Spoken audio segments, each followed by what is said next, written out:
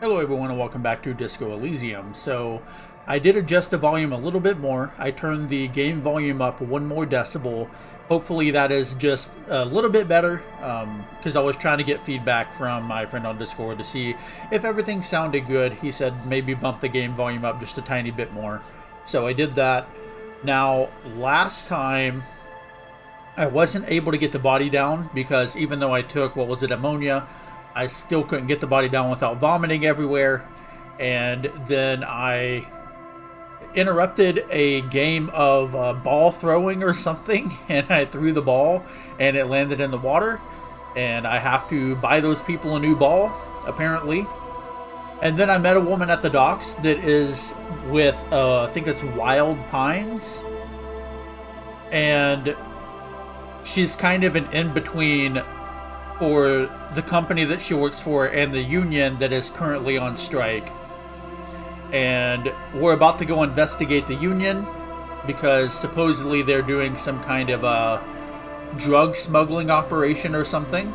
She's suspecting that that's how they're getting their money because they've been on strike for, 4 weeks or so. Now, I don't entirely trust this woman or Wild Pines, because they could be trying to plant something on the union to discredit the movement or something and, get everybody back to work, essentially. So let's go ahead and continue from where we left off. I am a little bit tired today. I'm starting later than I did yesterday. And something that I didn't notice was the little ring around my head. Whenever that pops up, that's apparently a thought that you can click. And I thought it was like a ping or something, like this right here. I thought it was like a ping showing you like a nearby object of interest. So, and then my friend also told me caps lock will let you run everywhere so you don't have to double click. All very useful stuff.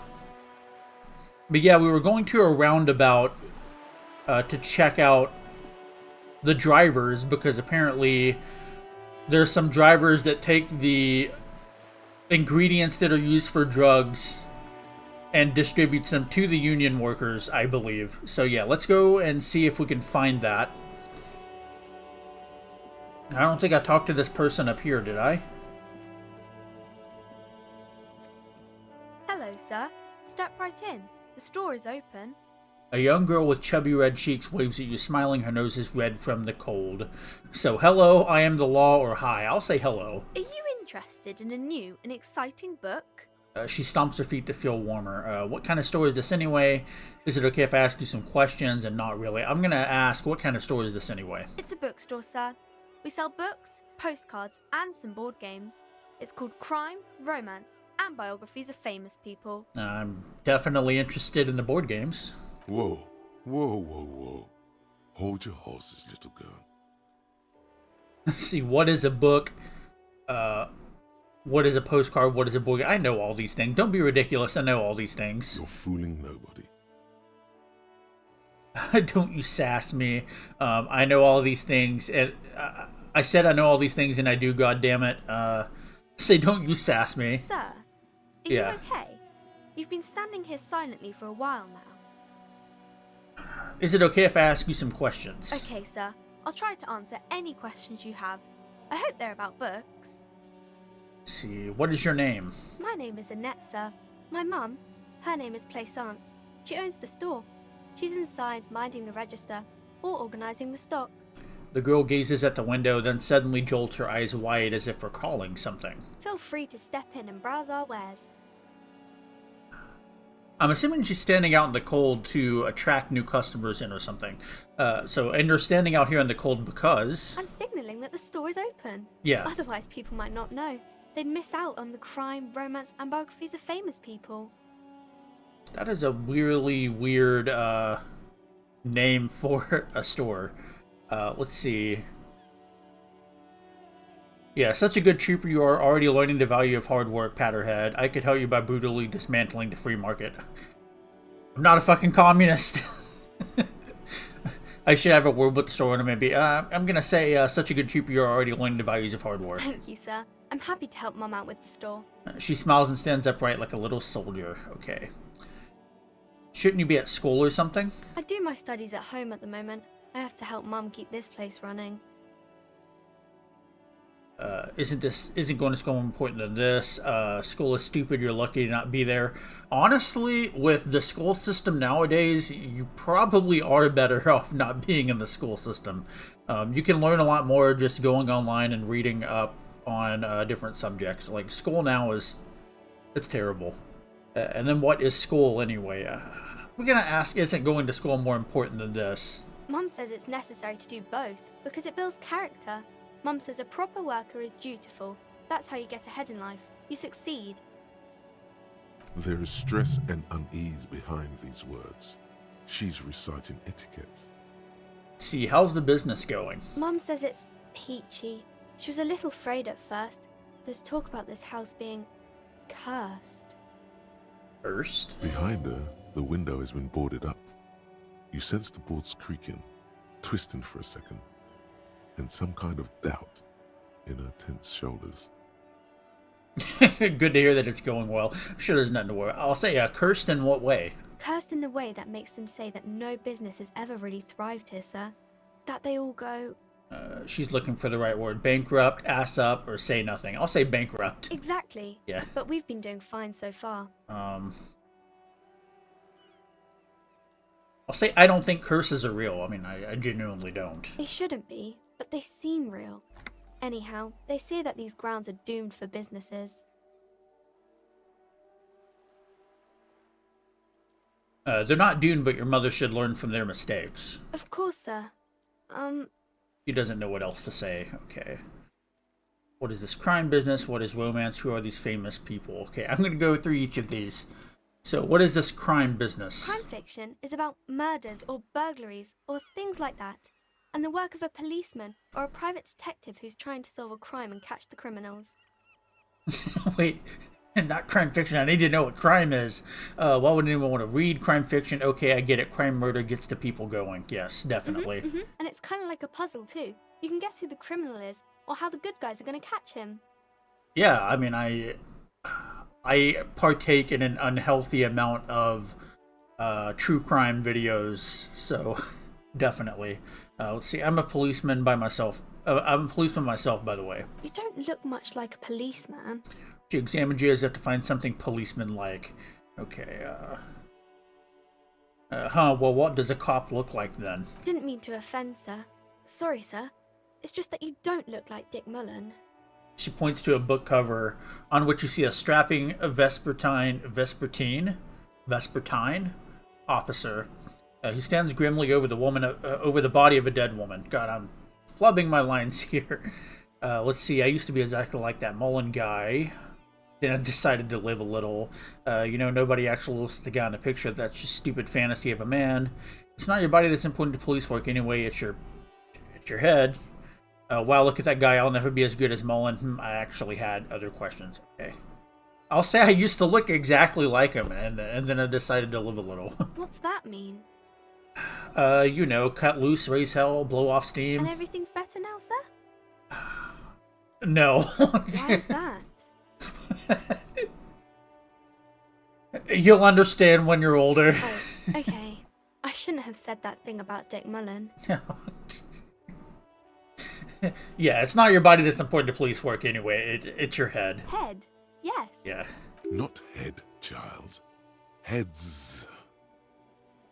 Flexibility. There are millions of different people out there, and you have to get into their heads. Sometimes you gotta be the killer to catch... What? Isn't that very dangerous?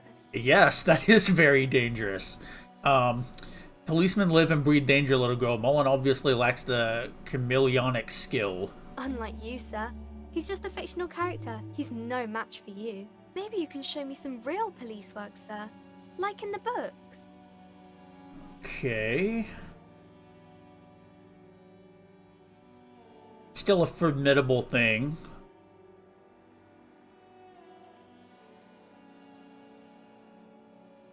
Let's see.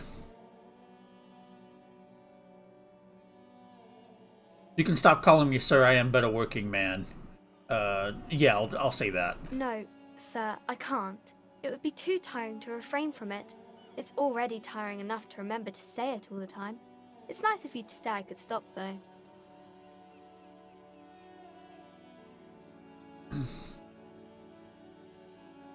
Yeah.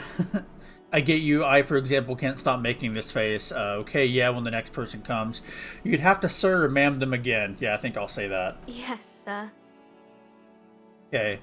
So, let's see. I'm gonna try to deduce something now. The girl keeps her hands folded, hidden. Why is that? Hey, why do you keep your hands folded? What do you mean, sir? See, you don't need to be worried. I'm here to help. You can show them to me. Actually, I'd rather not deduce anything. Every time I deduce, people get hurt. Let's see. You can show them to me. You don't need to be worried. I'm here to help. I think I'll say the first one. Yeah, you don't need to be worried. I'm here to help. She looks around anxiously. Her hands remain folded in front of her. She doesn't want to show them. She's probably cold. The lieutenant stands by, looking at the two of you with little interest. I'll say it's okay. She brings out her reddened hands, her nails frayed, Shit. nearly chewed down to the flesh. She's anxious as hell. You bite your nails. And you knew this from me keeping my hands folded? Well, I thought it was because she was just out in the cold, but...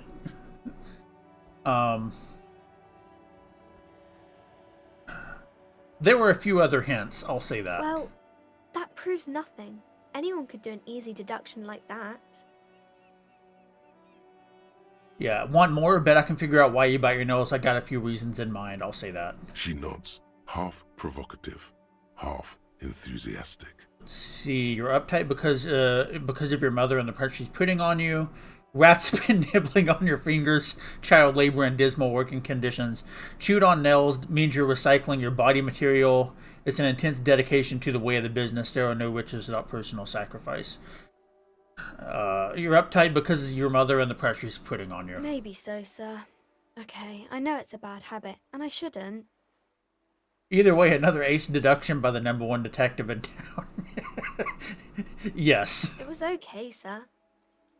She's still got a rebellious streak. There's more that can be achieved here. Ask her to do the same. Yeah, you think so? Fine. Do better. Do something about me. Yeah. Quite sober. She snaps back The quickly. lieutenant does not flinch at the comment. He does not flinch even a single bit. He is intensely not flinching. It takes effort. See, wait, how do you know I'm usually not, and I'm having a grand time? I am also sad and my head hurts. I am also sad and my head hurts. I'm sorry, sir. I hope things get better soon. She looks you in the eye, a gleam of sympathy on her face. There she stands, swaying on her feet, assaulted by the early spring breeze. She smiles at you. The whole situation suddenly feels familiar, somehow. There's something you're missing.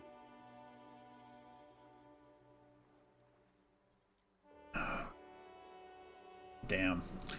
I'm gonna say, what is romance? Let's go to the next one. It's the type of book where there's a rich lady and she has to choose between the good man and the bad man. She smiles at the thought, perhaps imagining herself in that situation. Or there could be a story about a poor lady getting a rich man. It's about man and lady business, sir.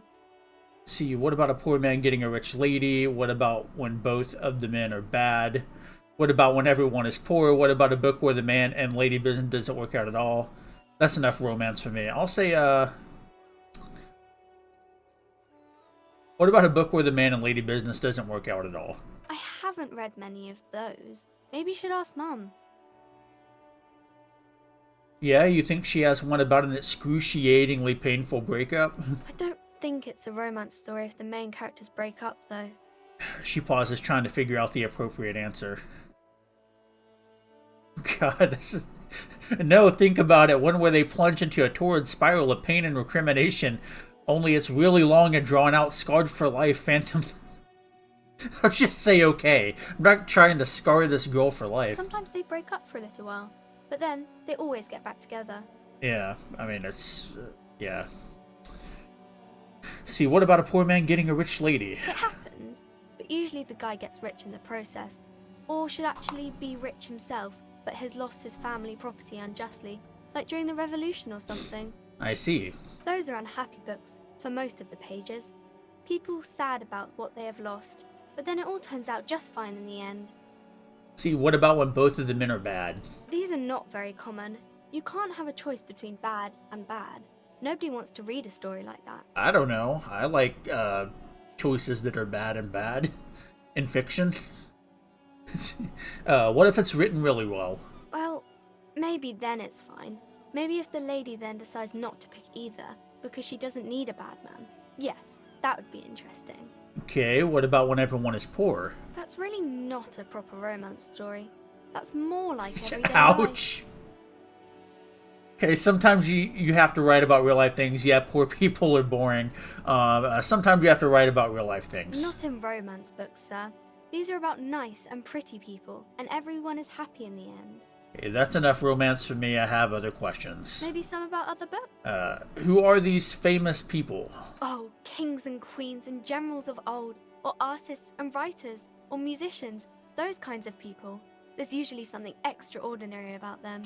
These scratches are cold, reddened. God, my reading again today is not the best. She scratches her cold, reddened cheek, then continues. I think that's why people read them, to find the secrets of their fame. Seems like most people who read those books fail to get more famous from reading them. Reading those books doesn't make the readers more famous, does it? But it does make the famous people more famous. She smiles gleefully. Okay. Fame sounds delicious. Maybe someone will write a book about me one day. Famous for vain people. I have better things to do. These famous people sound like a bunch of dorks. I'll say famous for vain people. I have better things to do. Okay, sir. She stamps her feet, waiting for what comes next. Do I want to try this? I mean, I could. Because it says I can retry it, so I'm going to try it once. You have absolutely no idea. Familiar? How? You must have forgotten something you heard again. Okay, bye. See you around the net. Let me look at my journal real quick. Yeah, the gem mystery. Someone's using Terminal B to smuggle raw ingredients into Revachol. Joyce said there are 3 drivers at the intersection. Talk to them. One of them must know something about the drug trade. I remember she said that she got the person to raise the bridge so that nobody could move. I don't know. Something about that shady. It doesn't feel like... It doesn't feel like it's a genuine... like, how do I put it? It feels like they stopped it and they're trying to plant something on these people. I don't think I've talked to this person. Let's see. I am a gander and a hunter and a gatherer. Feel like a traveler. The man mutters to himself, accenting the beats as he goes on. A simple little cadence. He seems to be making it up as he goes. Keep listening. I am the law. What's going on here? And never mind. I'll say keep listening. From another planet. Hey there.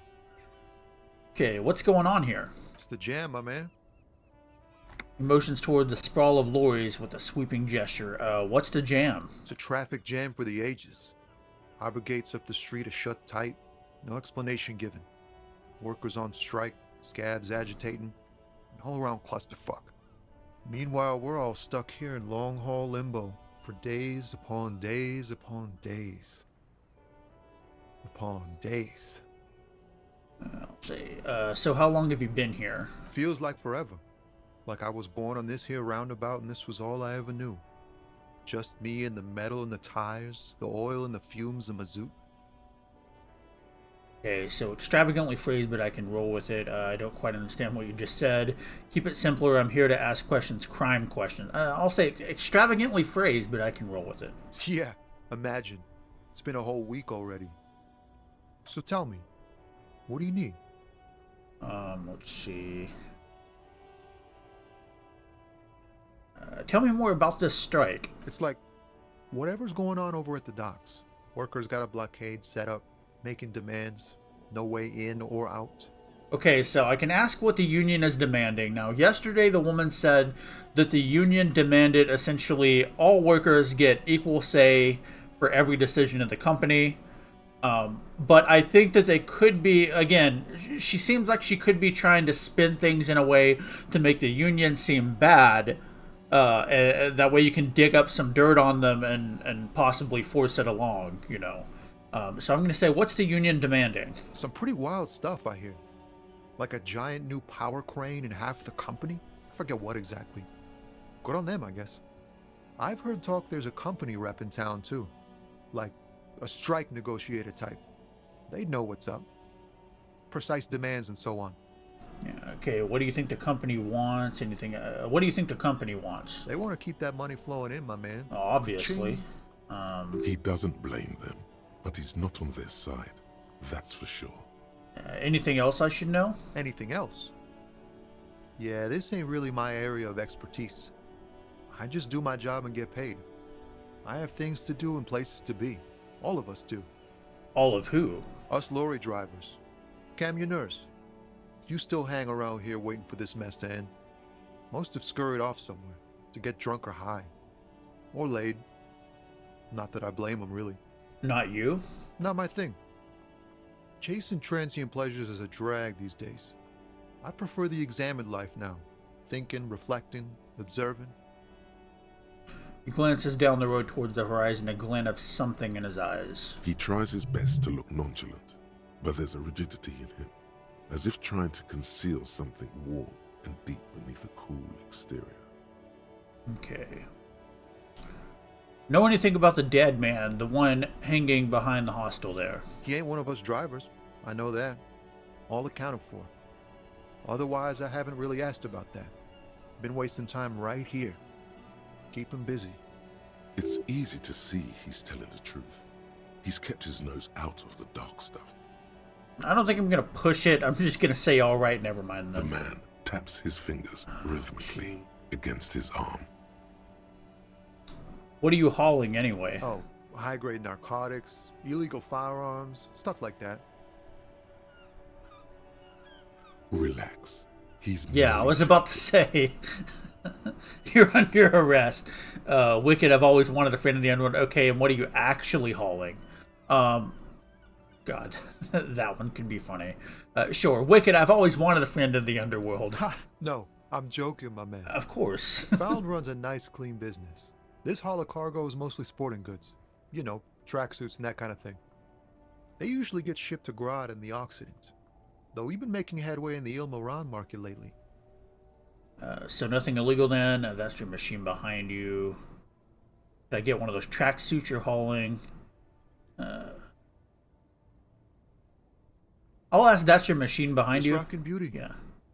Sure is. Like a rash you can't get rid of. You interested in heavy-duty cargo machinery?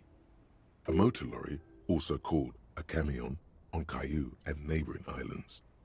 This one looks roughed up enough to be some sort of found rust bucket. Maybe the A6? See, that's that a found A6 you got there? Good eye, my man. Yeah.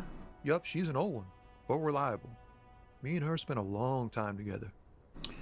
Okay. So nothing illegal then. Not unless they've illegalized sports equipment while I was on the road. Did I get one of those tracksuits you're hauling? With pals and all, but I can't just freely Yeah. hand out the merchandise. The bosses won't be happy. Okay, right. I had other The man questions. taps his fingers rhythmically against his arm. You seem like a man who knows about drugs. I'm good for now. Good talk.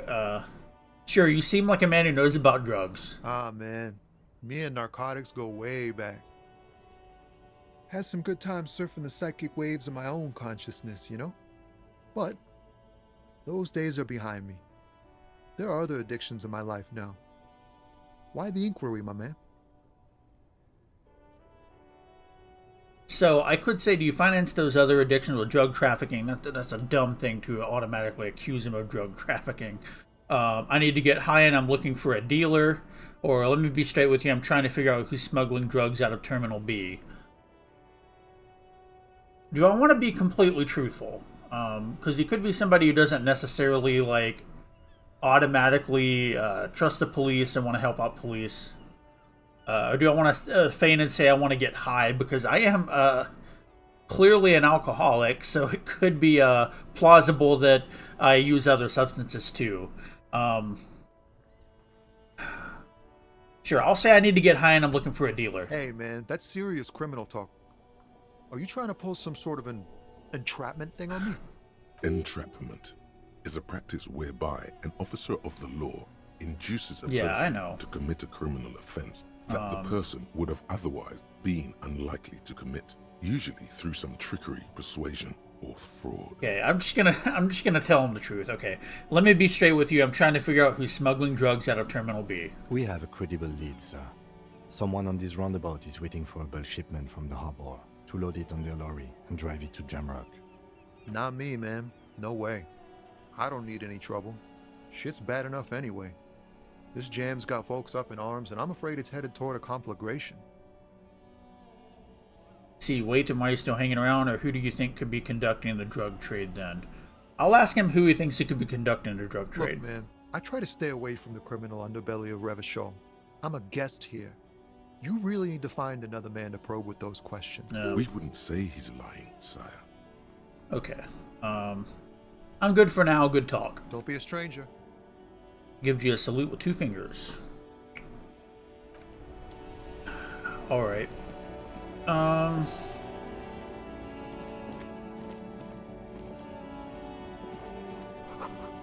Goods from the lorry haphazardly litter the surroundings.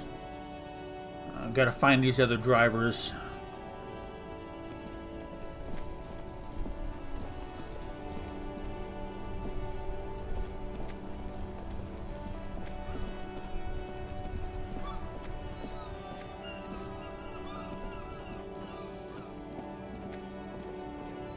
You see a Samaran street vendor surrounded by a motley assemblage of goods. When he realizes you're looking at him, his face breaks into a wide, welcoming grin. The name Sileng is embroidered over his breast pocket. Happy shopping, officer! Everything's cool here. What's so cool? Everything's cool. The goods are cool, the customers are cool, the place is cool. And one more thing, officer, you're very cool. Bang, bang, bang, bang! Alright then. Really, you think I'm cool? I'm not cool. Whether I'm cool is unimportant. I have police questions for you. Really, you think I'm cool? Oh, yes! You got style.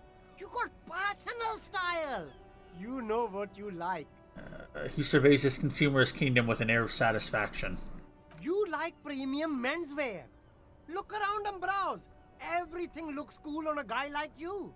Take your time. He settles back into the pile of boxes he's sitting here. Yeah, he's trying to upsell me. I know what he's doing. Don't be distracted by the flattery and funny man act. Questions. Of course. What kind of stuff are you selling here? Only the coolest goods in Revachol. I've got sneakers, speakers, extremely comfy pants too. Try them on right here. No shame, only freedom. Is there a discount for cool officers like me? No need for discounts at ceilings, officer. Everything's already on sale. Anything you want, 50% off. But did he first mark them up 100%? Of course. Just so that he could put them on sale? I'm not gonna pry. I mean, I know how that works, you know. No use prying. Yes, it's a business secret. Yeah. Let him keep it. Where'd you get those comfy pants? I'm an entrepreneur, officer. I've got sources, buyers, suppliers, distributors, manufacturers, wholesalers, all extremely cool and above board. Hey, do you have a permit to sell all that? Good joke, officer. Here we don't have permits, just economic freedom. Take a look around. You glance around the decrepit buildings, the miserable weather, the sidewalks strewn with sunflower seeds and a dust-choked air. It's beautiful. Beautiful freedom. Let's see. Sweet, no permit means less work for me. Let's move on. That's Yeah. right. Revachol is the best place for an independent self-employer like myself. That's why it's so cool with all the models coming here and cool celebrities. He smiles his bright toothpaste ad smile. Okay, that's all then. Let me ask you something else. Anything for you. Where are you from, Stealing? Me? It's a boring story, officer. Who cares about the past? I'm all business now. All Revachol. This man probably comes from Seaguy, sometimes known as the Apricot Suzerainty, an archipelago in the Samaran Isola. Yeah, I'll say you're from the Apricot Suzerainty, however you say that. Apricot Suzerainty calls to mind an era when the Seaguy archipelago was colonized by Revachol. It's a bit of a slur, in other words.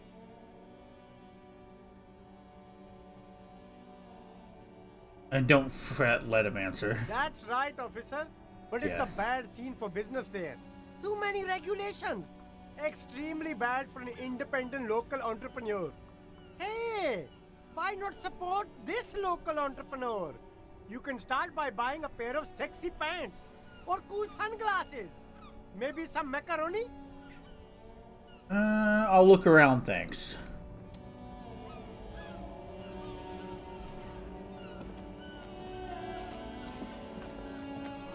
Helpline to the company that controls the drawbridge.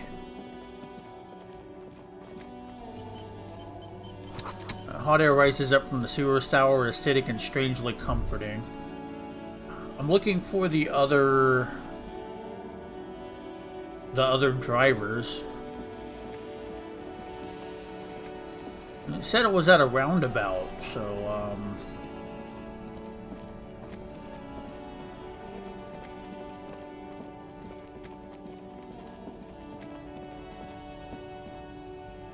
don't think I've talked to this person.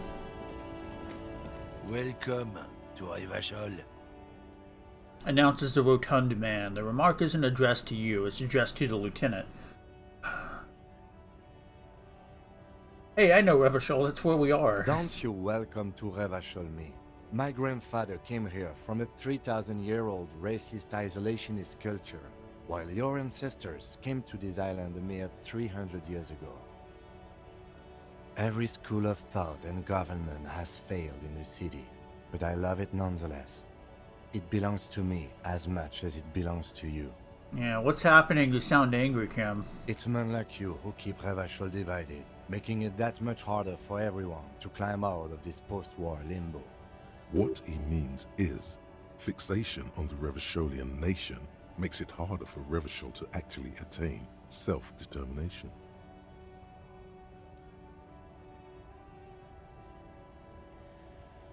Yeah, I really don't want to deal with this. Limbo, what's going on here? He's right, you're undermining our best shot at real self-determination. Stop ripping into this guy who's just really proud of being a Revacholian. Say, Limbo, what's going on here? Oh, come on, man. I just said welcome to Revachol. It's a lorry driver thing. I know exactly what you meant. You think my kind doesn't belong here, that I should watch myself and behave. But you see, I'm an officer of the RCN. It's actually my job to make sure you behave. I would advise you to remember that. Silence. The air between them becomes tense. Your partner needs backup. Now's your moment to shine. Let's see, fucking A, Kim, I've got your back. Give the lieutenant a punch on the shoulder. Well, I think we all learned something here. Smile at the lawyer man. Now that that's settled, we have a couple of questions. That sounds like passive-aggressive, and I think that's kind of funny. So, well, I think we all learned something here. I haven't learned anything I didn't know before. The lawyerman shakes his head with The indignation. lieutenant exhales and resumes his regular calmness. Yeah, now that that's settled, we have a couple of questions. Whatever you say, officers. He waits impassively, cigarette smoldering between his fingers. Yeah, what was that argument all about? It's about biological determinism, natural law, the sorting of the races. Spits on the Not ground. the most popular topic nowadays, with the coalition in charge and all. You might want to change the topic.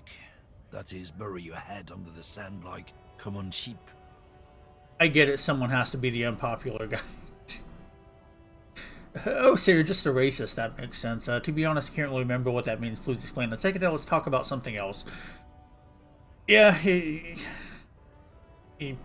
pretty fucking racist. I'm not just racist. Look, I've read books. Huh?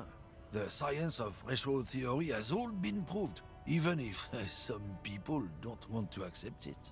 People who've studied these things say that you and me are superior by design. So, naturally, we Occidentals should be in charge. Obviously, you can see the merits in that.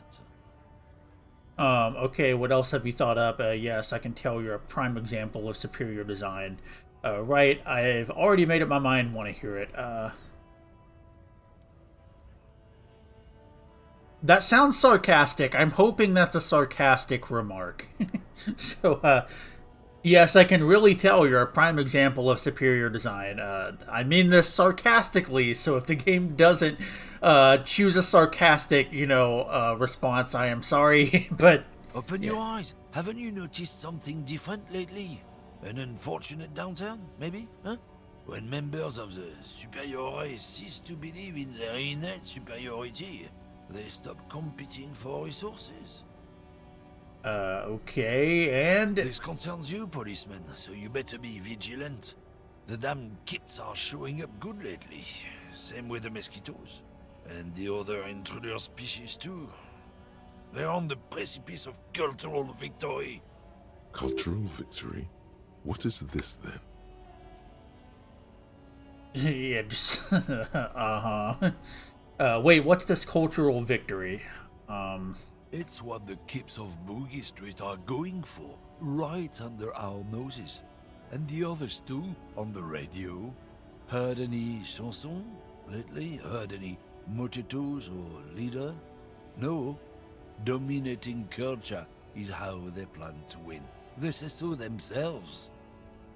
Uh-huh. It's true. Also, you need to realize the dangers of mixing races. Who knows what might happen if people don't stay in their birthplace? You might end up with a new sub-race, with unknown characteristics, leading to extra competition. That's why you've got to control the offspring. That's fucking eugenics. So, yeah, no, I'm not down with this. Don't push your luck, runt. The man gives you a disgusted look and turns his attention elsewhere, ignoring your presence. Okay. Looking for something, runt? Come to tell me to fuck off again? You're a lawyer, right? What's your stance on drugs? Drugs? They're shit, man. I don't let anything pollute my body. And then he takes a long drag on a cigarette. Yeah. Why not? You know where that shit comes from? Sarah Miriza, Safre, Ilmara. They take the money from our local junkies here and then use it to outcompete us in the manufacturing sector. They know they can't beat us in a fair fight, so they have to get us to weaken ourselves somehow. It's racial sabotage, racial economic sabotage. Yeah. So I take it you're not smuggling drugs out of Martinet. Not in, not out. I'll never betray the purity of my tribe.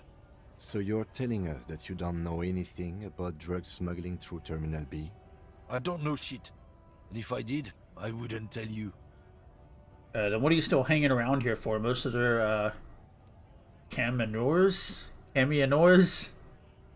have left. These words, man. What do you think? I can't leave the Lorry unguarded. Stuff's been getting looted lately. It's those little kips sneaking on at night.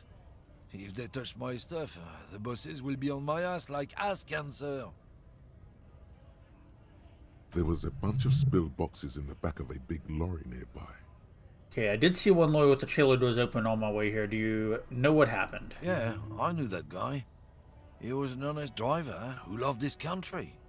we were having a good debate about genetics at the Wheeling in Rags, when some kip boys smashed his lock and took damn near everything.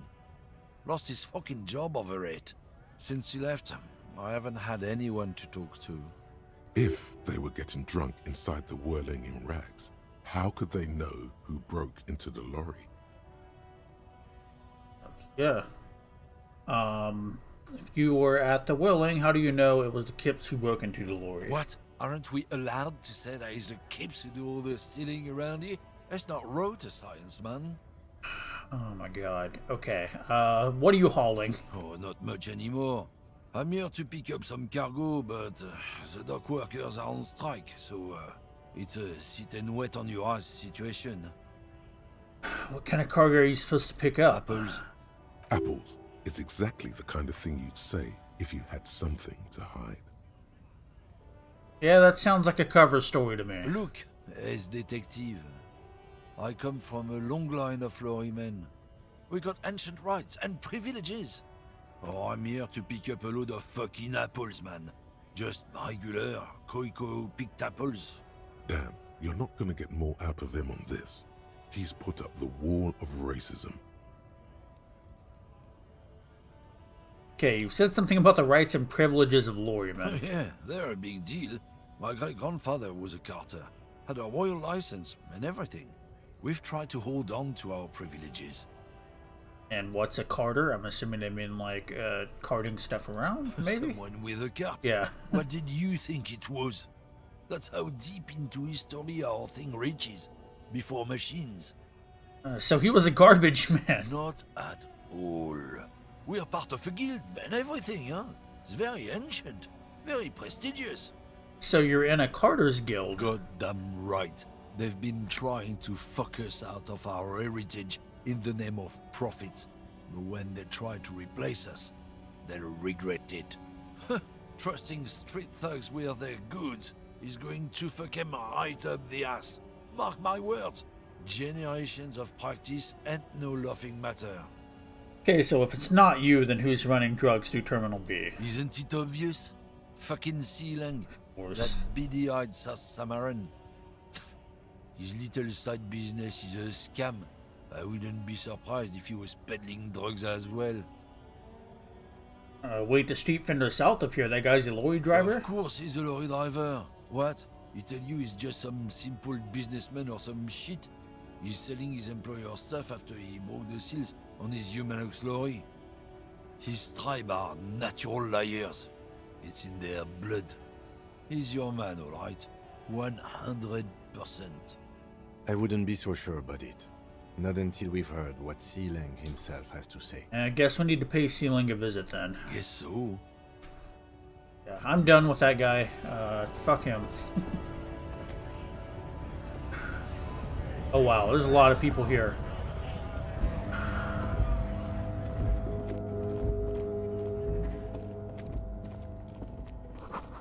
Foreign car kept in good condition.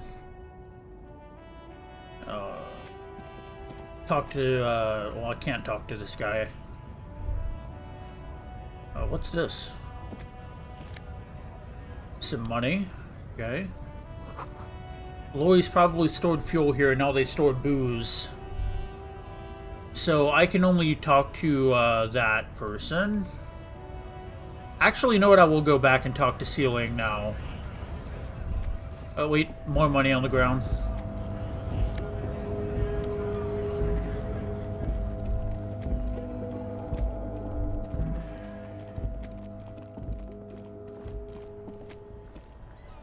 What is this?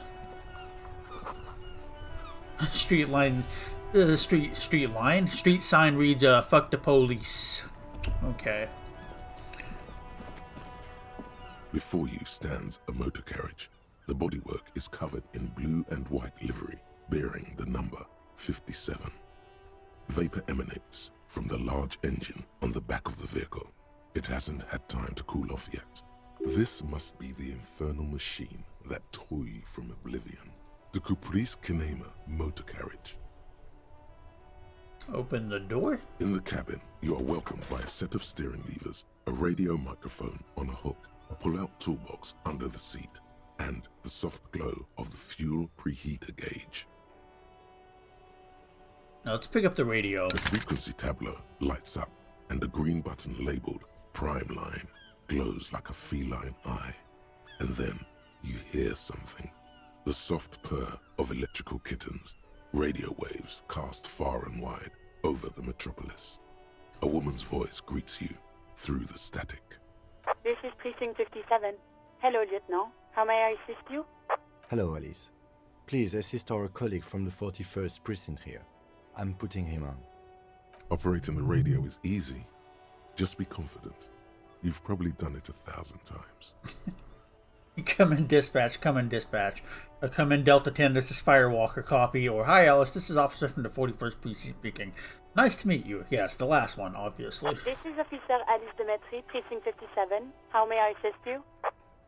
Under the green Prime Line, a yellow saved button catches your eye. You wonder what the lieutenant's default radio station is. See, could you connect me to the 41st Precinct to have something to report? I need you to connect me to a civilian, a Sylvie. She may have reported a murder. Yeah, I'm gonna ask about Sylvie. Of course. What is the number, officer? Kim, didn't Garte give you Sylvie's number? Yes, hold on. Her number is 005 1944 298. Received. Hold on, officer.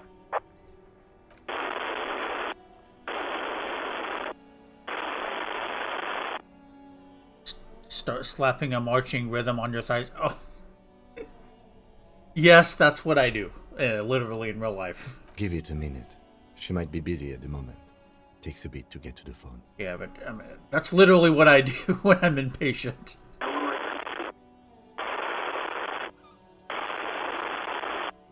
Officer, I have Sylvie Malaika on the line for you. Yes, hello? Female voice greets you through static. It sounds like she's a million miles away from here. See, hello, this is the police calling. I have some questions for you about your last days at work. Or Sylvie, I believe we met before. This is me, a detective from the Whirling and Rags. And so I have some questions for you about your last days at work. Oh, right. Hello, officer. What can I do for you? Yeah, was it you who called the police? No, not me. Do you know who made that call? No, sorry. I don't. Not a lot of people have phones around here. Copper thieves take the wires. People don't have the money to have the cables put in again. They use the Union's phone, or the one on the coast. So the Union has a phone, and there's one further down the coast. Got it. It was someone else. We'll find them sooner or later, officer.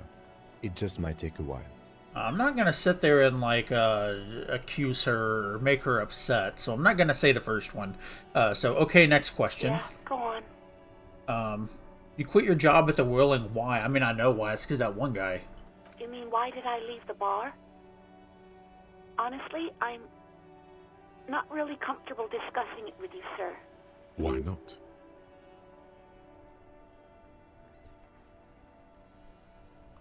It says, wait, why are you uncomfortable discussing it with me? Okay, did you leave because of Garte? Or, alright, I won't push you on this. Are you ever coming back to work? I'm going to ask the second one. Did you leave because of the bartender guy? What?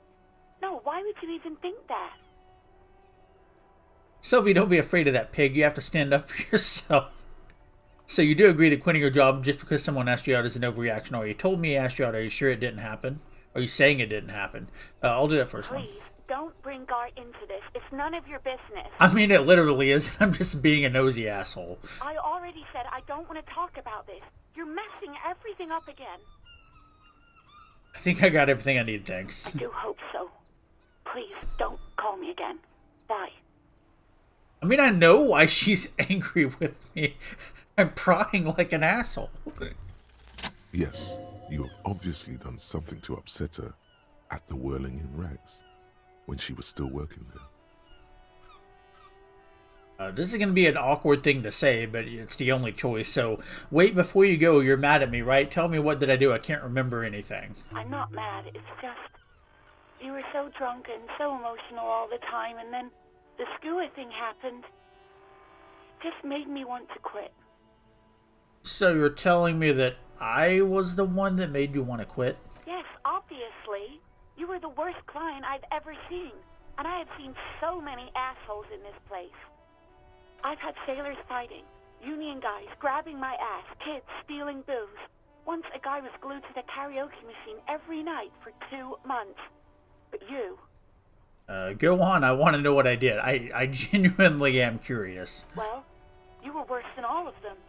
Honestly, you were getting borderline aggressive. Even about little things like not turning down the volume at 3 a.m. I even liked one of those songs you kept listening to on repeat. No more. I hate it now. Hold on, which song? We Go On by the O.O. I can't listen to it anymore. You've turned it into a parody. Sorry about the song. The hell with that song. Then there was your room. Your project. An experiment to see how bad it can get in there. I tried to send the cleaner, but you wouldn't let me. Threatened to make me understand. I had no idea what you meant, and I don't want to know. And then you screamed something about how you're a piece of shit human being, and why does anyone even let you work as a policeman? That you'd fire yourself, but you can't even do that. Yeah, that does sound intense. And then I had to deal with your toilet. The one you clogged with police documents, causing water damage downstairs in the kitchen. My partner is not going to like this conversation, apparently. I did not know I was doing this, but, yeah. I won't even mention you waving your gun around, harassing customers, threatening to sing karaoke, threatening to kill yourself.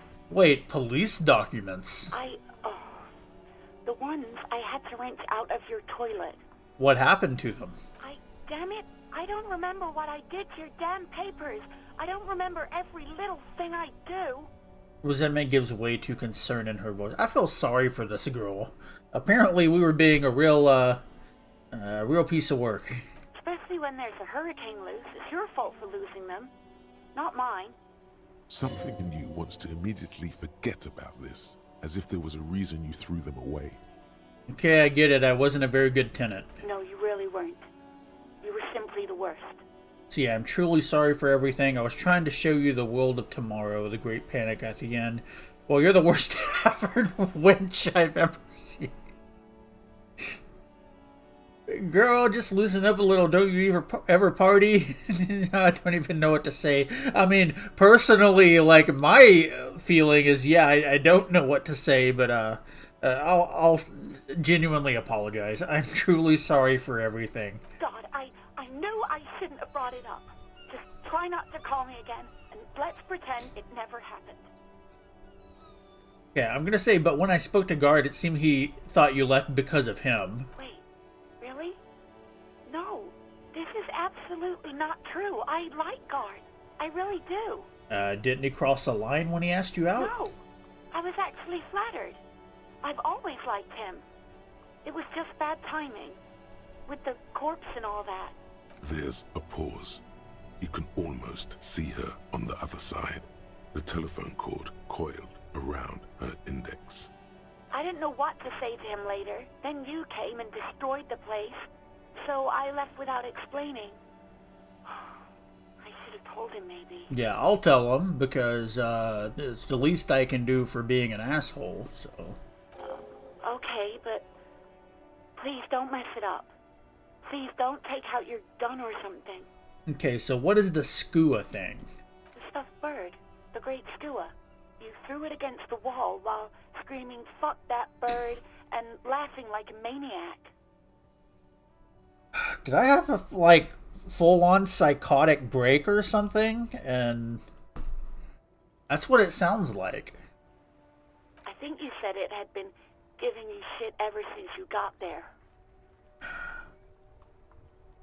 Bitch bird cat, what was coming to her?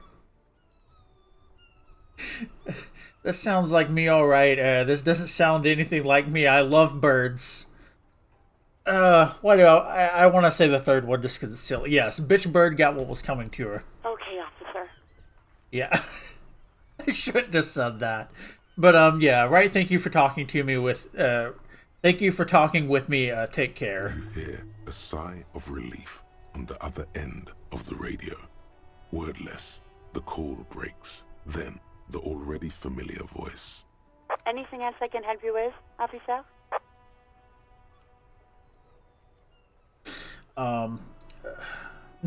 No, I don't want to call Sylvie again. Could you connect me to the 41st precinct? I have something I need to report. Ignore Alice and press the button labeled saved. I'm gonna connect to the 41st precinct. Just a second, officer. Put you on hold. The static crackling softly like a bonfire. After a while, you hear an old man greet you from the radio. His voice rattly and oddly familiar. 10-2, 10-5. This is 41st. Come in. Over. A scrawny old man sits in a dusty cubicle, smoking, with a large white rectangle sewn on his vest. In front of him is a box-shaped apparatus with an array of wires and antennas. The radio switchboard. The man uses relay code. You got this. You're a cop, and cops know relay code. Okay, so 10-4 station 41. I've got urgent business. I've got a urgent business. And, well, no. Shouldn't it just be I've got urgent business? Got a urgent business. Over. 10-4, message received. 10-5, relay message. What's your status? Over. Just report. I've got urgent business. Okay. Yeah, I'm just reporting in. Just reporting in, over. 10-18, state your message, sir. Okay, I need to report my badge missing. I'm in dire need of financial assistance. This might sound odd, but there's personal details I'd like to discuss. 10-10. I need to report my badge missing. 10-9, over. My badge, I can't find it anywhere. Basically, it's gone. 10-4, message received. This is a very serious situation. I need to 10-22 the captain. Over. Is it him? What does he want? Says he lost his badge and needs to report it. He what? He lost his badge? I'm not gonna talk. Say nothing. Who lost his badge? Dick fucking Mullen. Who do you think? It's Officer Dick Mullen from the bestseller Dick Mullen and the Lost Identity. Dick Mullen is not your name. Yeah. It's the name of a fictional detective who would not lose his badge. Defend yourself. Immediately. They're laughing at you. See, come on, operator, tell them to stop. This is serious. Ha ha, officer lost his badge. Ha ha. Like I'm the first cop to ever misplace his badge. Can't we just move on? I want to get it reported and be done with it. Yeah, I'm gonna do the sarcastic one. He says this has probably happened to other policemen before him and laughs sarcastically. Oh goddamn it. Is he fucking kidding? The whole station's gonna be dicked for this. Satellite Officer Vikmar is wondering if you might be joking and adds that this tarnishes the reputation of the entire station. Over. Mullen dicked us. Okay, so can we just move on? I want to get it reported and be done with it. 10-4, I hear you, officer. I'm just going to make a note here that you are in pursuit of your misplaced badge. Over. Fuck me. Mac, come here. You've got to hear this. Dick Mullen lost his badge. What's going on? Super Cop here lost his badge. He lost his what now? His badge. He lost his goddamn fucking badge. Can you all please just stop saying lost his badge for one fucking moment? He asks you to please stop saying he lost his badge. Why? Did he find it? Yeah, the room at the other end of the line erupts in volcanic laughter. Sergeant Person was wondering if you found your badge yet. Over. You don't have a comeback. Sorry. It's hard to think like this. Yeah, I'm just gonna say nothing. He's not replying. Looks like he's still looking for it. Okay, enough with this now. I have other things to discuss. 10-9, come again. I didn't get that. Over. The animated conversation back is making it difficult for him to hear you. New heights even for Captain Sober. Ask him. Ask him if he's lost his gun, too. Yes, I did. Sergeant Orson wants Apparently. to know if you lost your gun too. Over. Check your pockets. Check your... Holy fuck. You don't know where it is, do you? Oh god, it's not here. I don't have my gun! No. It's gone. It's not fucking on you. 10-9, coming officer. Did you get my question? We were wondering about your gun. Over. Yeah, I'm gonna try to convince them that I didn't lose my gun. Hopefully I get this. Lying over the phone, it's easy. Okay. Just say it like it's the truth. And then it becomes it.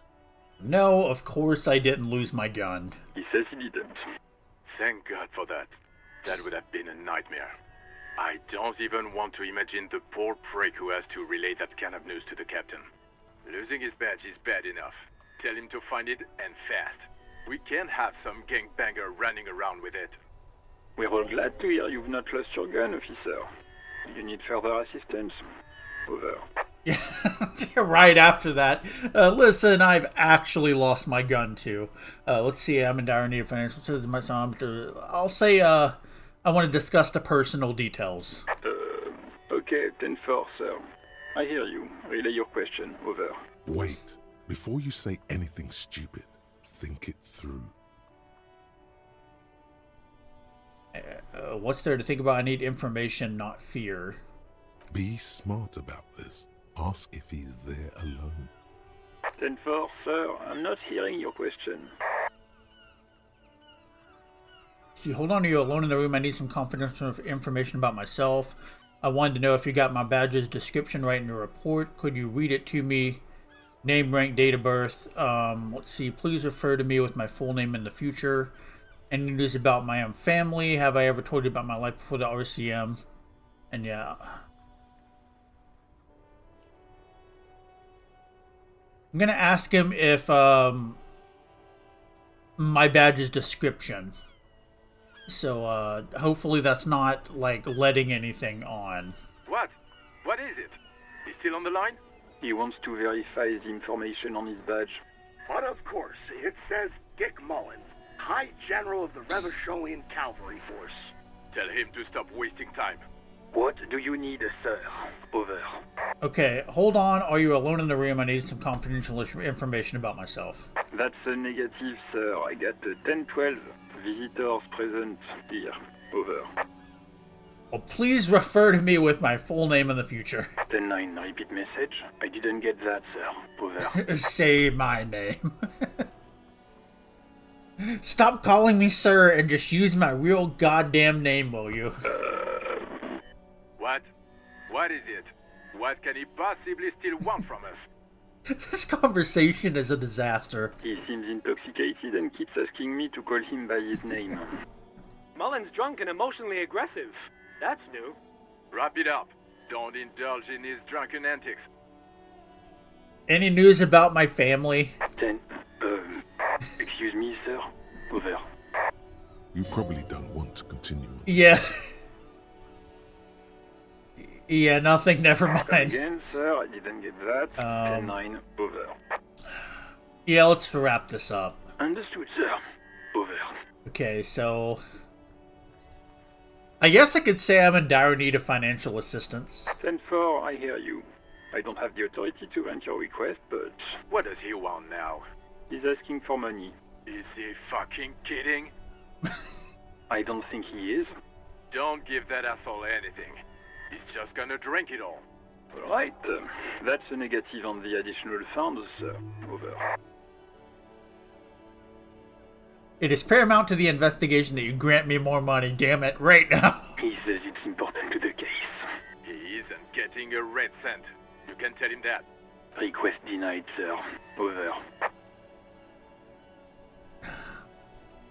Yeah, I'm not gonna say that. Okay, I heard you no funds. Anything else, sir? Over. 10-10 over. Roger that. 10-10. Over and out.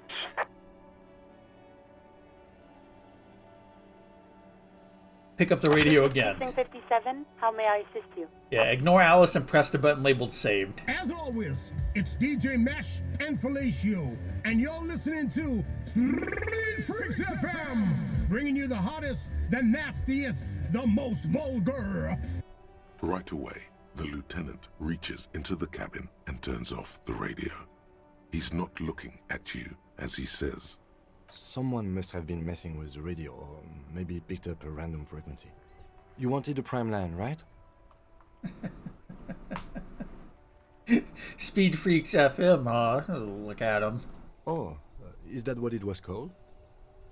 Right, you don't want to get into this, no problem. Nothing to get into, really. But sure, let's focus on the important things. This is Precinct 57.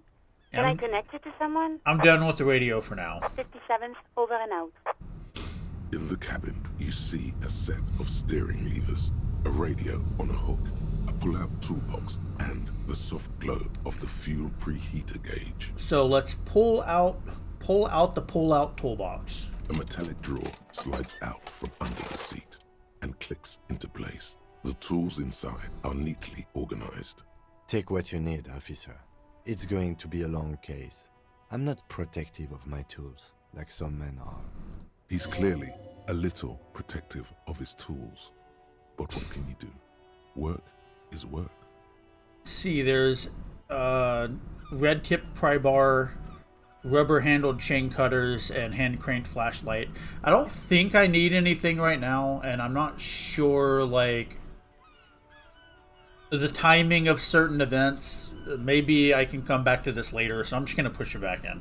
The pull-out toolbox slides back into its nest. Preheater gauge casts a warm glow on the steering levers and the radio on its hook. Let's run my fingers over one of the steering levers. The white suede feels luxurious under the touch, and the metal clutch handle so very familiar in your palm. Okay, tap on the fuel preheater gauge. As you tap on the gauge, the indicator pin jerks as if startled. It's in the large orange sector, indicating the engine is warm. Next to the gauge is a red switch labeled heat. There's no use pressing the heat button. It won't start without the ignition key. Translation: we're not going anywhere right now. Alternative translation: don't even think you can drive my MC. Yeah, I'm gonna close the door. Real quick, I'm gonna go talk to the guy in the Willing and Rags and tell him about the what's her name, Sylvie. Wait, main entrance is over here. It's kind of weird. You would almost think the main entrance would be off of the road, but I don't know.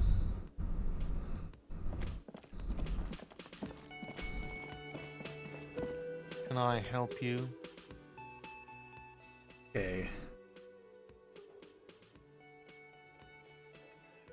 I talked to Sylvie. She left because of me, not you. Wait, what? But what about the bird?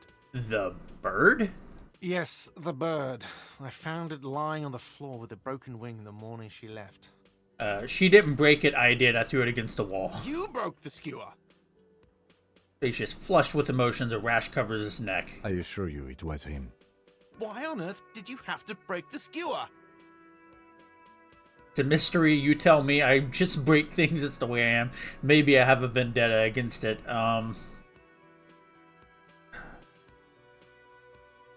You tell me. I can't believe it. I was so sure it was Sylvie. Even worse, I thought she was trying to send me a message. Symbol of hope and all. A tender type of hope. Something stirs in you. Perhaps this is why you broke it. All right. Did she say anything else? About me, you know? Did she say anything about me?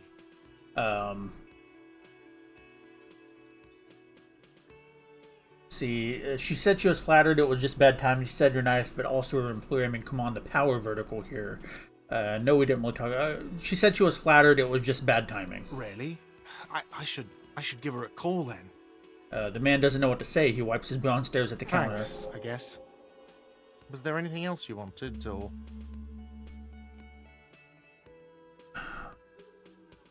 I guess I could say I've seen something here at the Whirling Guard. I need a thing I need to talk about. What thing?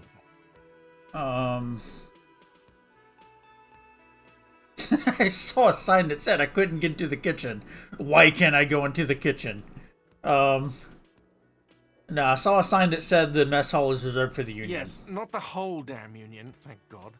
Just the nastiest and loudest faction. He tosses his head in disdain. They come here in the evenings. Dumb, unruly types. Think they're big shit. But they're good customers. They place big orders and always pay on time. We should find out who this Lord faction is, occupying the booth. Loudness means talkative, and we need info. Mm-hmm. How do we find them? We don't. We have to wait. They'll show up sooner or later. Men get hungry, even striking men. If not today, then they'll be here tomorrow. There are these things called days. You sleep between them. He's saying they'll come after you've slept. Just making clear you got that. Garte saw a sign that said I couldn't get to the kitchen. Why can't I go into the kitchen? What are you, a cook now? That's none of your business. Maybe I am a cook. There may be something pertinent to the investigation in the kitchen, but I'm really hungry. But I'm really hungry. I want me to make an exception for you. You're not even a hostel guest till you pay your outstanding bills. Changes his mind. Fine, okay. The kitchen is closed until 1 p.m. because the cook is working. You can snoop around after that, if you must. Okay. That's literally 1 minute away. Okay, there's something else I want to ask about. What? By the way, you should come back to this thing-based questionnaire if you see anything interesting in the whirling later. Yeah, I saw another thing at the whirling. Another thing. Great. I love. Yeah. Yes. Goodbye. Yeah. Okay. So I can go in the kitchen now, I guess.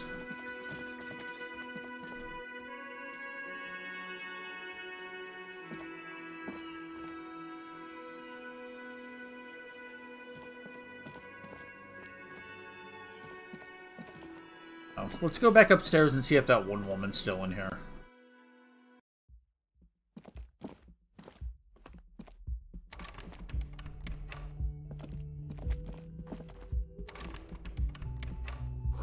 Calendar says it's March, the year is 51. Now that I know the right-click thing to show all the interactables, let's look around a little bit more. The bed is cold and not particularly inviting, but it's yours. The sheets look awful. The option to go to sleep becomes available every night after 9 p.m. Yeah, no time to rest yet. The fan stands still. Let's pull on the light bulb. A terrible mistake. Turn the lights off immediately. You can practically feel the photons burning a hole in your brain.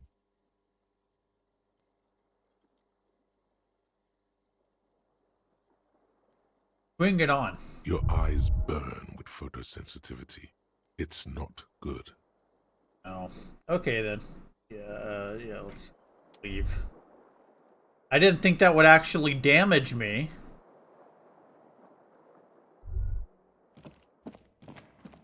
A mirror hangs on the bathroom wall. In it, your face, adorned.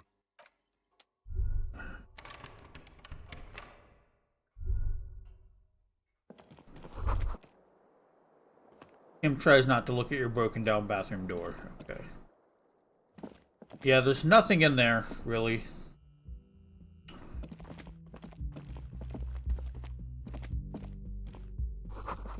This is the weekend edition of the satirical newspaper Trompe le Monde. Trompe? I don't know how to read French. I think that's French. I had French classes in like 6th grade, but I did not learn anything. Get the sink, maybe? Dishes are drying. They smell of chemicals and pine trees. Let's talk to this guy. A thin man is smoking below an exhaust hood, occasionally sipping from his mug. This must be the Whirling's cook. As you step in, he nods toward the table and says something in a completely foreign language. The only words you can make out are Garancy and Quebec. Okay, it's definitely not his name. Whatever you do, please don't call him Garancy Quebec. Please. It's not funny. But it is funny. I would say, hello, sir. Got time for a few questions. The man puts his cup down and replies something, his left hand drawing arcs in the air. You've got some impressive pots there. He smiles and bangs his ladle against each of his pots in turn. It's almost like music, especially with the sounds of assorted dishes boiling and simmering on the stove. Yeah, I don't need anything. I'll stay masculine. Okay.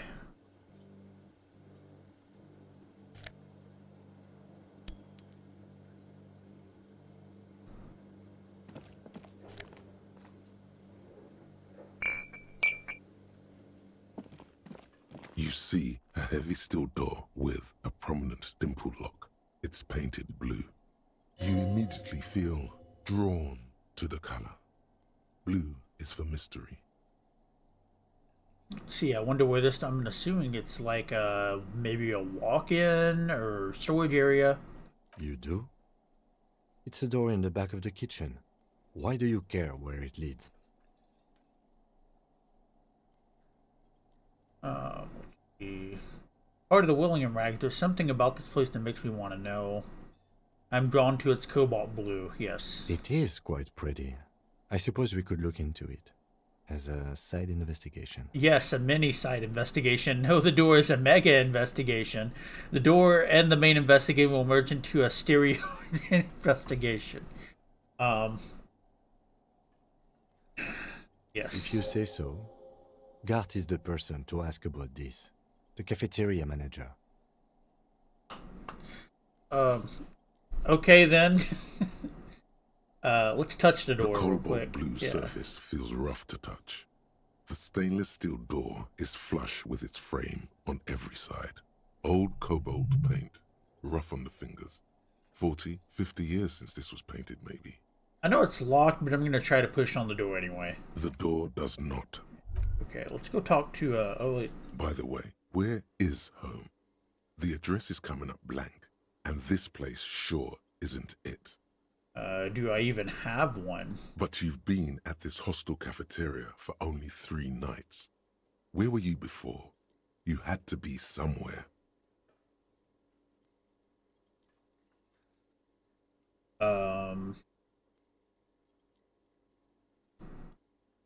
I don't know, near south, maybe? You don't really know, do you?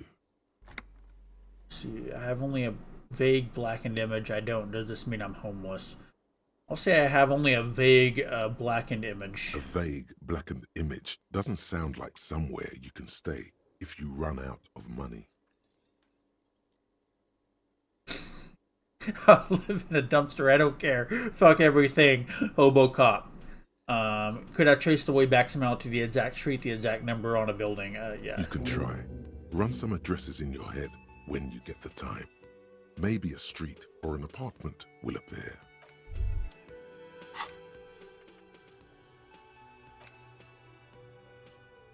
Okay, so let's rewind. Let's trace your drunken steps back home. Jump across the raised channel bridge southwest of here. Fall over, get up. Get off the asphalt in 20 minutes. Shuffle your feet through the courtyard, scaring little children. Go under the great raised motor track, the 881, until you reach Le Domaine Eminent in North Jamrock. The streets are frozen this time of year, caked with ice. Walk down Main to Perdition. There's a side alley there, and your footprints in the mud. Yeah, let's internalize that real quick. Oh wow, there's a shit ton of these. Okay, so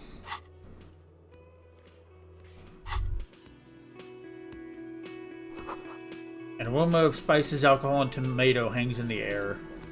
Let's go ask the bar manager about the door. The woman's hand wrote yesterday's menu. Today's starts in a man's handwriting. Yeah. That's because Sylvie left. Can I help you? I can't ask him about that. What is this? Soft perv and electric juicer comes from the kitchen. Someone is working. Okay. Big old karaoke mic. Just waiting for someone to sing into it. And this is what the lyrics would be. Yeah. Okay.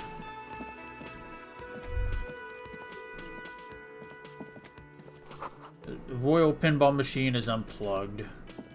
Let's go back out. I feel like I need to go talk to that one guy now. I can't remember what his name is. The street vendor guy that might not be a street vendor.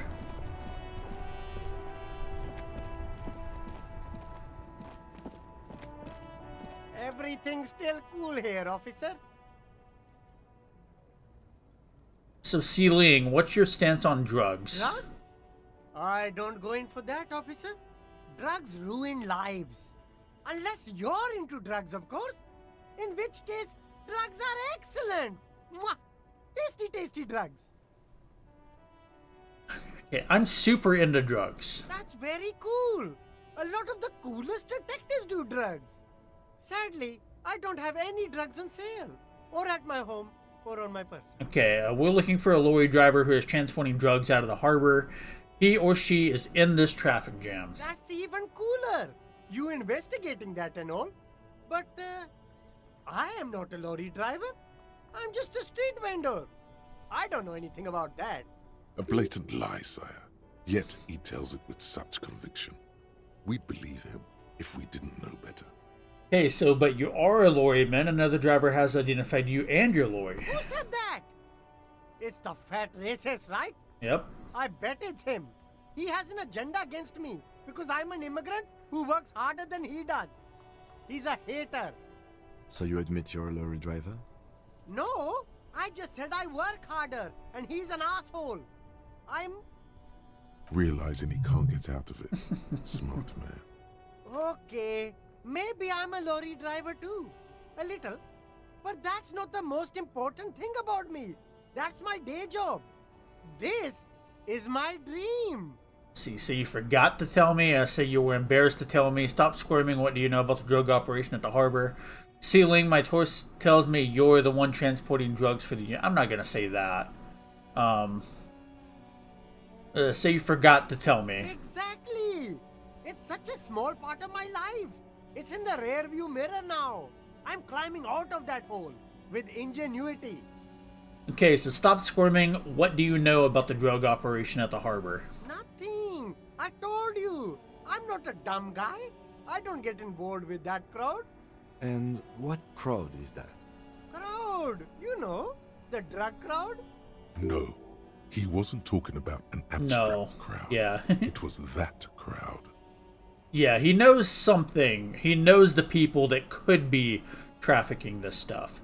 It wasn't some drug crowd. You know who they are. Tell me now. You're wasting my time. Tell me who the fuck is transporting the drugs here. Okay, if you don't know, then I'll tell your employer you've been selling his stuff. Ooh, that's like... yeah. Okay, so, I'm gonna try to be a little bit nicer than that at the beginning. And then put the pressure on him if he doesn't, talk. So, it wasn't some drug crowd. You know who they are. Tell me now. Shush, please.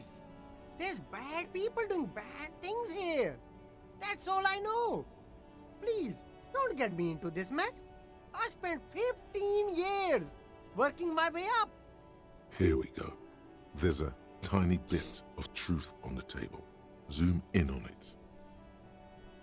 We're buddies, Sealing. Help us out. No one will know it was you. If you don't want to get into this mess, you have to give us a reason to move on. Wow. Yeah, let's try the "we're buddies" response. It's a she, okay? The other drivers call her the lady driver. You're better off staying away from her. The way they talk about her, she's no lady. Okay, she? Where is she? I haven't met a woman on the roundabout. There's one by the statue of that king. I haven't gone near her. And I won't either. The third driver. We haven't talked to her yet. Where exactly is she? Near the horseback monument? In her lorry there. But I don't know if it's her. Are we cool now? I think we're cool now.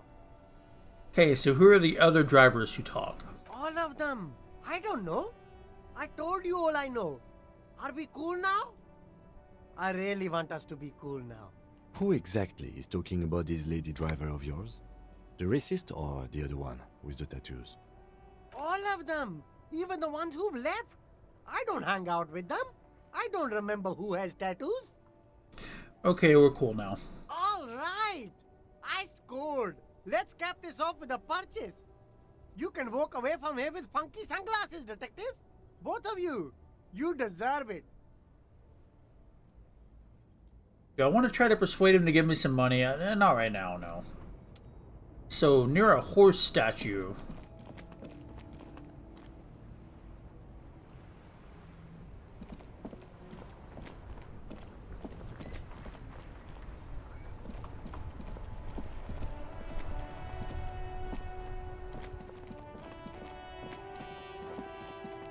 Well, there's the horse statue.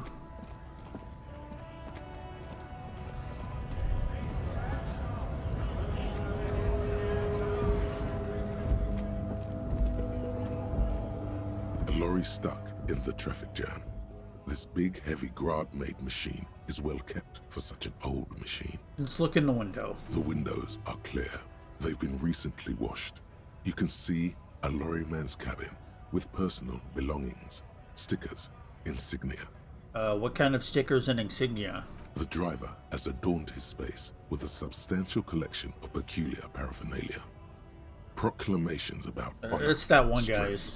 and purity are glued to various panels. Okay, what about the back seat? The back end of the cabin has a small perch to sleep, large ashtrays. There are several suns and wheels sewn into the curtains.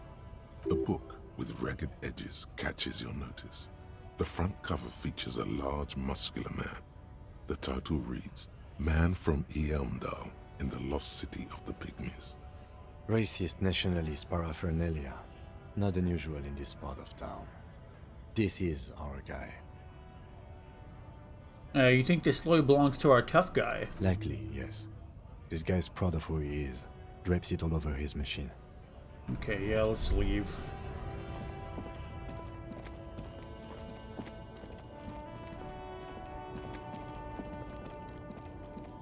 An old monument stands in the middle of the traffic island, pointing toward the sea. It looks as if it's been reassembled piece by piece, secured and mounted in the air with the aid of numerous ropes and rods. So who is this monument of? A silver plaque on the statue's pedestal reads, I am Philip III, the Squanderer, the greatest of the Philippian kings of Revachol, son of Philip II, the opulent, father of Philip IV, the insane. So what did this king do? Even by the standards of the Philippian kings, old sumptuous Philip was known for his profligacy. The hell is a profligacy? Profligacy. Let's expand my vocabulary. Profligacy. Reckless extravagance or wastefulness in the use of resources. So, yeah, okay. Well, he blew through the whole national treasury, starting the decline of one of the penultimate century's greatest superpowers, the suzerain of Revachol. His own maladministration foreshadowed the fall of the monarchy. During the anti-centennial revolution, an end to his family line and the monarchy on the Insulindian Isola. How did he manage to blow through his entire national treasury? Stories have it that he had his bedroom converted into a treasure chamber, where he stored unfathomable wealth. Krugerrands, bars of gold, ornate weaponry, armor, and various chalices. He called it the Sol Aurum. It was obscene. There were whispers he slept on a huge pile of gold-dipped feathers. like some obese dragon, instead of a bed like a normal person. Yeah, that's a deplorable farce. No wonder everything went to shit. But wait, you haven't even heard about his fabled cocaine addiction. The what now? You see, old Philippe wasn't just good at squandering the national treasury on gold and ceremonial weaponry. He was also a prodigious snorter of nose candy. So he was addicted to nose candy, a bloated druggie. That's what the revolutionaries said 150 years later. Right before they emptied out the royal mausoleum and dumped His Majesty's mortal remains in the Insulindian Bay. Yeah, this is a lot to process. His Majesty's courtiers said it helped him connect with the higher realms. Okay, and what is nose candy? I mean... Cocaine. Yeah, I know what cocaine is. Okay, where is he buried now? Beneath the cold waters of the Insulindian Bay, thrown there by the revolutionaries after they cleaned out the royal mausoleum. What happened to the statue? The original was blown apart by communards, then further damaged during the landing of the coalition's airships during the turn-of-the-century revolution, when Martinez was leveled. Most historians think the coalition's hasty landing may have ultimately saved the statue. If the communards had more time, they would have reduced it up to even finer pieces. Who restored the monument? Some years ago, a group of liberal, artistically inclined individuals, designers mostly, thought it would be ironic to restore the statue of the most wasteful ruler of Revachol in the poorest part of the city. The statue is supposed to capture the moment it was blown apart, like an instant frozen in time, a rare butterfly trapped in amber, floating on a sea of shit. Alright then, I don't know if that's brilliant or a bad idea, honestly. Yeah, that's still kind of a bad idea. People in Martinez tend to agree, as do many prominent art critics and thought leaders with more nuanced social awareness than the young ironists. Philip III, the squanderer, however, with his bronze face up in the air, doesn't seem concerned about what the hoi polloi think of him in death. Not that he ever did in life either. Let's go check this truck. Is this the woman? The small, wrinkled woman does not greet you. She nods along to something on her radio. A photograph is clutched in her hands, and there is a warm smile on her face. The photo, an ambrotype from the turn of the century, as golden as her smile. It's the warmth of a winter night's fire. Maybe she could give you comfort and shelter, some cigarettes and food money. Maybe she's your... Grandma? Snap your fingers in front of her face. Excuse me, ma'am. Yeah, I'm just gonna say excuse me, ma'am. I'd like to ask some questions. No response. Wherever this woman is, your words fail to reach her. Grandma? Nothing. Her smile just keeps widening. Is she deaf? Her hair is gray, like lead. Yeah, I'll snap my fingers in front of her face. If you want her attention, you may need to be more forceful. Snap your fingers twice. Where am I? Who are you? I was actually hoping you could tell me that. Never mind. I remember now. I'm still stuck in that traffic jam in the 50s. When else would you be then? Back in Methka, during the time of the revolution. The sidewalks and cafes are filled with young people. I was on my way to see a new Goyadeiro picture starring Gabriel Buendero. Until you came along, that is.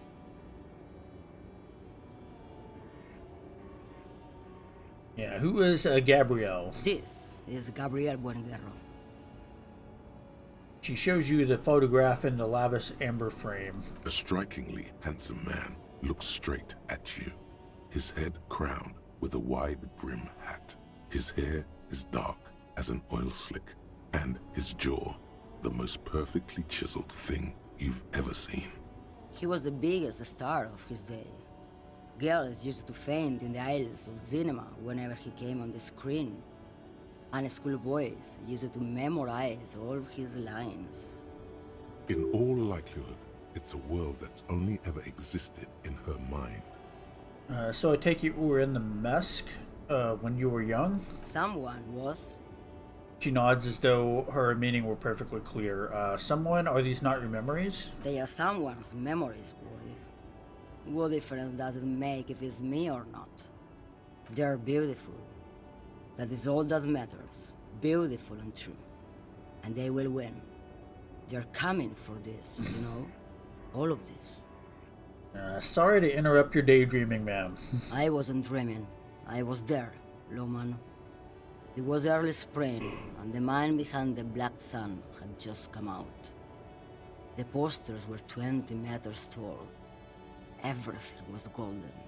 Her eyes narrow and she appears to take your measure. While you, people, were tearing each other apart over your petty little revolution. In Methk, it was a golden age. The Republic of Mesk is a massive confederation on the Isola of Muindi, the world's largest state by territory. It's a petrostate, a constitutional monarchy, and, as of recently, an outcast due to its tilt to the far right. So, right, I have some other questions for you, police questions. Why not, Harife? It's not like I have anything better to do in this hellhole.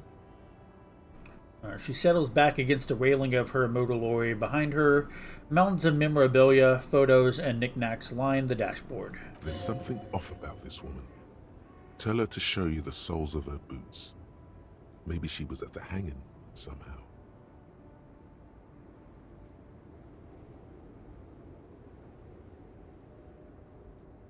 What are you hauling? I still don't really understand this whole Boyadero thing. Alright, are you the lady driver? Before I came, you seemed away.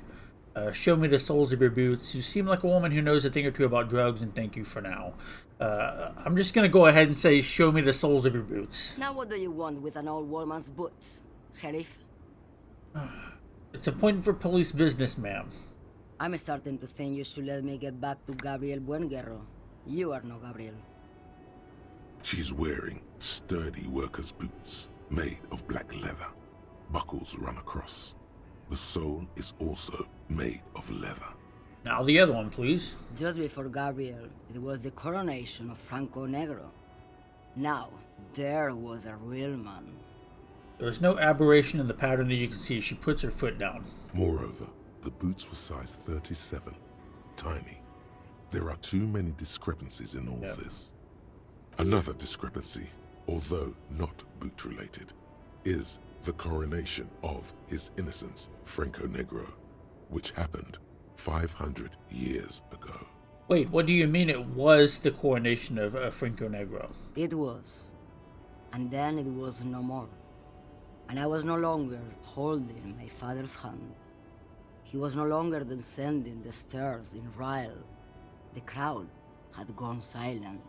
Perhaps it was another Herife who came and woke me up, looking at my boots, asking questions. Or perhaps it was one of the others in this carnival. I don't remember. As she says carnival, she gestures to the empty square with the statue and the machines. Okay, so I turn to Kim and say, she is not odd soul. These are not the boots that made the prints. I could have told you that from just looking at them. The size is 37. The feet of a little girl, they fit well on the pedals. Okay, so, let's go ahead and ask her about the drugs. What do I need drugs for, Lowman? What I see, what I feel, the great adversary, no drugs can compare. The adversary? Yes. There is a protagonista and an adversario. I am on the side of the adversary. There's no coming back from that hole. Those epithets are familiar somehow. The great adversary, the great unrest. So that's not really what I was getting at. Then what were you getting at? Maybe if she thought you're corrupt. I wanted to ask if you'd be interested in smuggling some drugs. Sure. Why would I want to do that? For Kermis, the lifeblood of the Azolas. For the glory of the World Republic, liberation of the spirit and body. I don't know the thrill of a criminal lifestyle.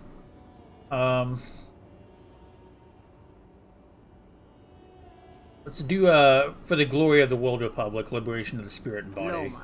What in the name of God I don't are you even know what I'm talking about? about. Okay, let me put this another way. Are you smuggling drugs to Terminal B? Maybe. Probably not. Makes no difference to me either way. How can you not know what you're hauling in your own lorry? Just this month, I made half a dozen trips from Saramiriza to Garte, on the U41A. What do you think they take from Saramiriza to Garte, Lowman? I don't know, that's why I'm asking you. It's diamonds, Lowman, obviously.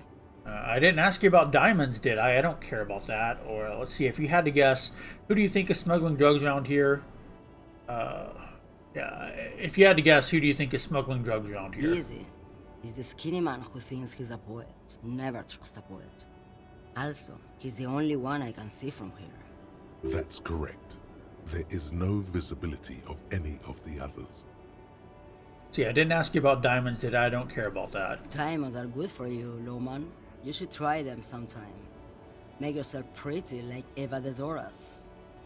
Okay, if you're not involved with the drug trafficking, then why are you still waiting here? Where do you want me to go? This isn't so bad. I can listen to music, or the seagulls. Look at all the colors and the features of this world. It's a good palate cleanser, this jamboree. Or I can just relax and let my mind carry me back where it will, to the Great Plains. I think we're done here, no? Yeah. I can still ask her what she's hauling. What are you hauling? Diamonds. Diamonds, really? Of course not. But wouldn't it be marvelous if I was? Okay, but what are you really hauling? Whatever stupid things they put in the lorry, I imagine. So you don't even know what you're hauling in your own lorry. I quit concerning myself with that a long time ago. Besides, I don't drive the lorry for the cargo, if you know what I mean. What if the cargo is contraband? Then it's contraband, Lowman. What? Do you want to take an old woman in? Be my guest. Lock me away like Bad Hand Hermenegildo. Bad Hand, Hermenegildos' bad hand, strangled 300 people. What can I say? Some people just really like strangling people. Okay, so I still don't really understand this whole Boyadero thing. Of course not. To truly understand the Boyadero, you need to listen to On the Western Plain. The Boyadero, Boya for short, is a cowherder from upstream Magritte, the great steppes of northern Mesk. He is a rugged individualist and explorer. Okay, what's that? It's an old ballad about a young girl who falls in love with a daring Boyadero. He promises to marry her as soon as he returns from the Western Plain. I'm guessing that doesn't happen. Of course not. The Boyadero returns from the Western Plain a changed man. One night, as he and his beloved are out walking along the river Magritte, she pleads with him to give up his riding and settle down. In the background, you can hear the orchestra swell as the screen fills with the maiden's imploring eyes. Yeah, I think I can see where this is going. So the Boyadero strangles his beloved and throws her body in the Magritte. Then he rides off, because the Western Plain is cold. Yeah, that's not where I thought that was going. That's a terrible song, not soundly a beautiful song. Yeah, I will say, yeah, it's a beautiful song. The most beautiful. A true Boyadero needs a whole horizon to himself. He can be tied down by man or woman. His beloved was selfish. She didn't know what it meant to love a Boyadero. Okay, so alright, are you the lady driver? Did you just call me a lady, Jerife? Well, aren't you a lady? The woman's malevolent cackling fills the roundabout. I'm a lady like you are Gabriel Buenguerro. Only in dreams. So you're not the driver everyone is terrified of. I'm only terrifying to small children, and to those who used to know me. Yeah, it's not her. Believe me. And who is the female driver I was told of? How should I know? Do I look like I spend a lot of time with the other communers sniffing around when I have my movies to go to? Why are you scary to the people who used to know you? Because they can no longer recognize the person I once was. Damn, that's sad. That's all I need to know, thanks. Oh, Sim. Before I came, you seemed away. She's just a distracted old woman. We should maybe let her get back to her thing. Yes, I agree. Yeah. So he doesn't think she's the lady driver. You hear that, Lowman? I don't think your partner likes you spending too much time with me. See, wait, why is that, Lieutenant? Should you drive a lorry if you get like that? Or, okay, let's change the subject. I'll ask him why. Nothing. I just don't think she's connected to anything. I mean, I don't either. He doesn't want your frail mind caught up in something here. Something unconnected to the case. But connected to this woman tuning out like that. Yeah, okay, let's change the A subject. hell dream is what it is. And thank you for now. Yes, go. Enough jamboree. I need to get back to Mesky. Okay, I am going to save it. Well, I have to wait a little bit. Is it auto-saving or something? Okay, I'm going to save the game. And that's going to be it for today because I am getting a little really tired. I'm sure you could tell I was yawning a lot there. I'm sorry I was a little bit scrambled this session, like with reading and stuff. Like I said, I'm doing it a little bit later in the day, and I'm pretty tired. But didn't really advance the whole discovering who's smuggling the drugs thing. So we did meet a lot of other characters, so that's nice. Again, this game continues to be pretty interesting, and yeah, I'm interested to see where it's going to go from here.